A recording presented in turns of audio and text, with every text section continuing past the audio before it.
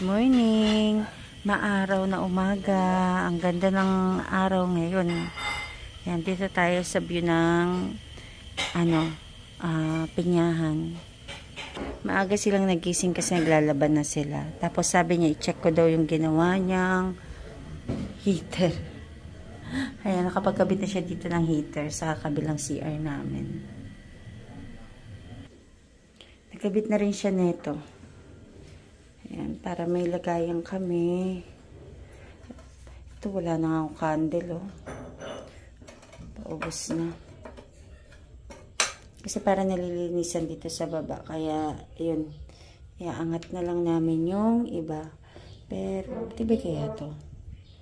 Yung toothbrush, lagay ko dito. Para nalilinisan yung dito. Dito kami kakain sa Dito na lang. Sige.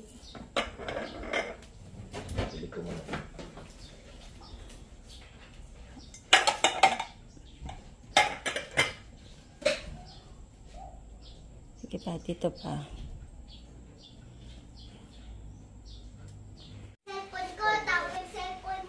Nakalagay? Yes. Naglalagay sila ng label. Kasi diba ito yung mga nilagay ko last time na temporary. Ma-print mo na eh. Okay. Oo nga. Dapat ganito kalaki, oh. Para mas madaling makita. Ay, lalaro mo? Ito muna. Ay, naku, talaga adik. Ay, nagpe-play ka?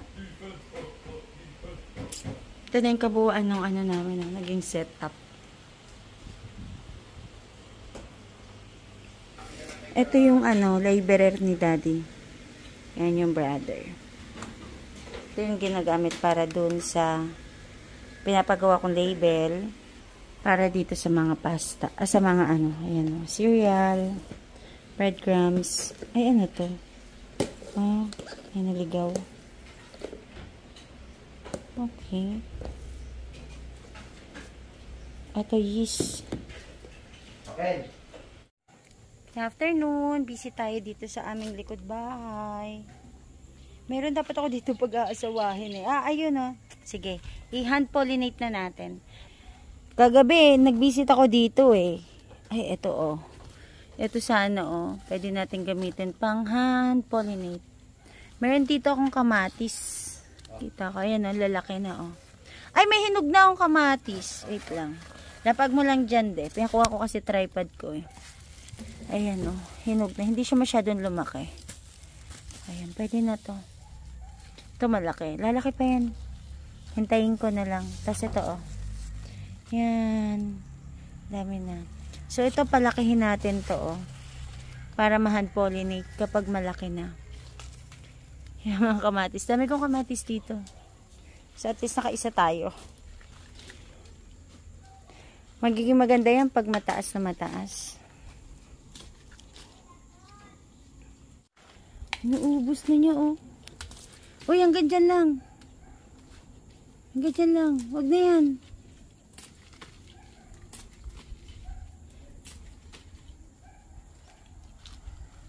Kaya mag-hand pollinate tayo. Pitas tayo ng isang pwede. Ito, katulad nito. Pwede to. Ayan.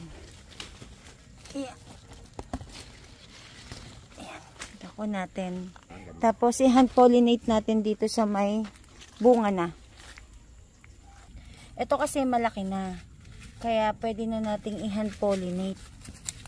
Malaki na siya eh. Tsaka malaki na yung bulaklak. So, ang ginagawa ko ganito. Yan. Kukunin natin. Yan, ito. Ito, yung pinakatulis niya. Ito pwede pa itong gulayin eh. Yung mga ganito. Yung ito. Yan, pwede itong gulayin. Tapos, ito, open lang natin. Tapos may makikita kayo dyan na parang ganyan. Oh. Yan, parang ganyan. Yan. So, ipapasok natin yan dito sa pinakagitna. Ayun, ayaw niya. Yan, pasok natin yan sa pinakagitna. Tapos yun, hayaan lang natin yan. Yan, ganyan. Mas okay kasi na hinahan pollinate kasi sure ball na tutubo talaga yung ano, yung lalaki, yung bunga niya. Pag hindi kasi nabubulok, nalalaglag. Meron na ako dito nung nakaraan nakita na nalaglag, hinayaan ko na lang eh. Kasi sabi ko, okay lang. Sunod na lang, bawi na lang. Ito, kinakalbo din nyo. Gupitin na natin yung mga ano, yung pinanggalingan ng bulaklak. Yan. Tanggalin mo na din yung ano. At ito lang itira eh. Tanggalin mo din yung agyo.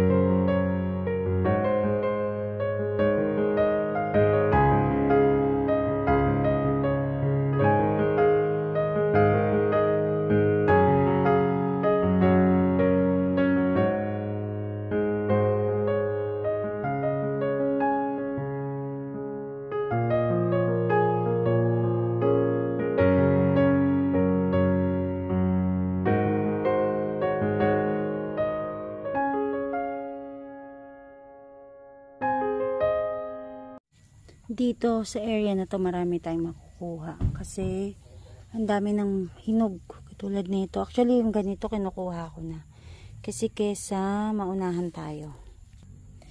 Normally ang kukuha lang naman yan mga ibon. Yan katulad nito.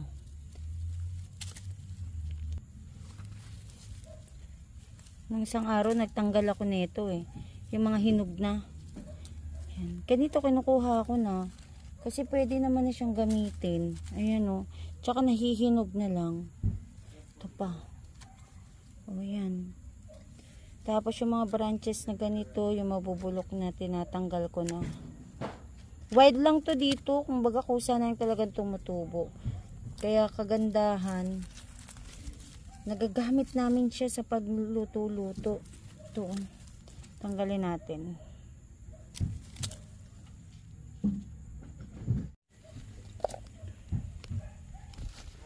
Ito, yan.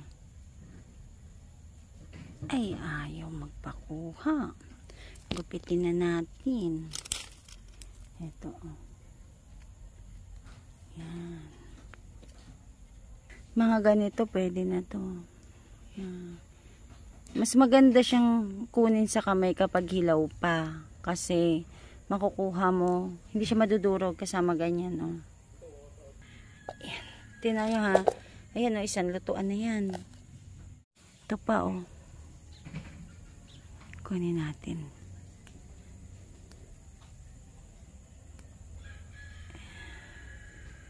Gupitin ko na nga lang lahat. Para mabilis.